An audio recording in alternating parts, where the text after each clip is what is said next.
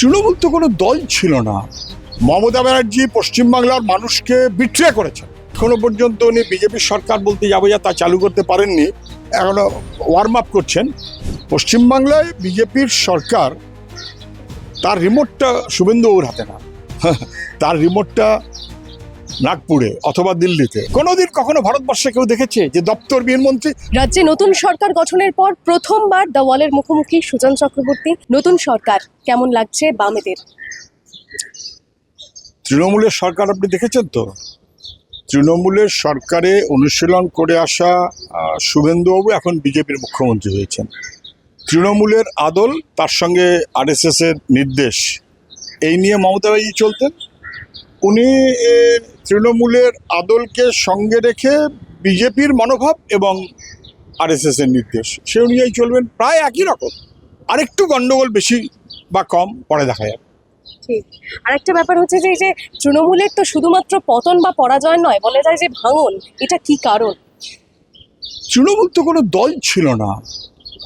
তৃণমূল ছিল একটা circus party, বলবো না কি বলবো। আরএসএস এর নির্দেশে, পরিকল্পনায়, বিজেপির ব্যবস্থাপনায় তৈরি হওয়া একটা দল, তার নাম ছিল তৃণমূল কংগ্রেস। একটা রাজনৈতিক দলের নীতি আদর্শ লাগে সব ছিল না। লুঠের মনোভাবেই একটা দল বেশি দিন চলতে পারে, তা হয় না। লুঠের কাজকর্ম মোটামুটি হয়ে গেছে, এখন তৃণমূল থাকলো না থাকলো কি এসে যায়। আর আরএসএস এর নির্দেশ ছিল তৃণমূল যেন আস্তে আস্তে বিজেপিকে ইনস্টল করতে পারে। তৃণমূল ইনস্টল করে দিয়েছে বিজেপিকে। মমতা ব্যানার্জির পারপাস যা ছিল, আরএসএস এর কাছে কমিটমেন্ট যা ছিল, তা সার্ভ হয়ে গেছে।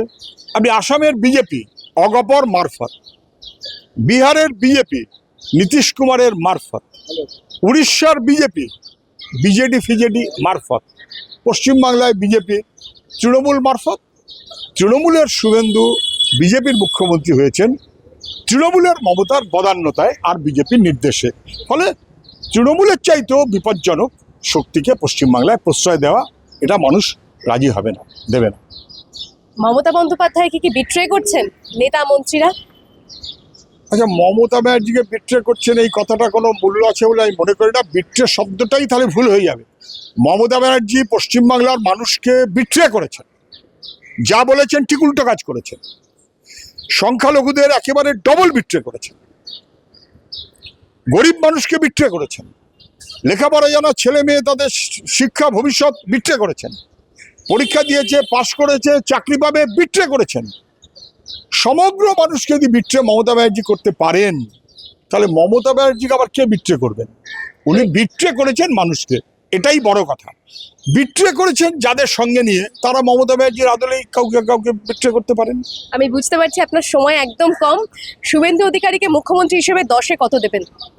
এখনো পর্যন্ত 10-এ কোনো নাম্বার দেওয়ার টাইম হয়নি, কারণ এখনো পর্যন্ত উনি বিজেপির সরকার বলতে যাবো যা তা চালু করতে পারেননি, এখনো ওয়ার্ম আপ করছেন। পশ্চিমবাংলায় বিজেপির সরকার, তার রিমোটটা শুভেন্দুবাবুর হাতে না, তার রিমোটটা নাগপুরে অথবা দিল্লিতে। আপনি বুঝতে পারছেন ভারতবর্ষের রেকর্ড একটা সরকারের বোধহয় 35-37 জন দপ্তরবিহীন মন্ত্রী।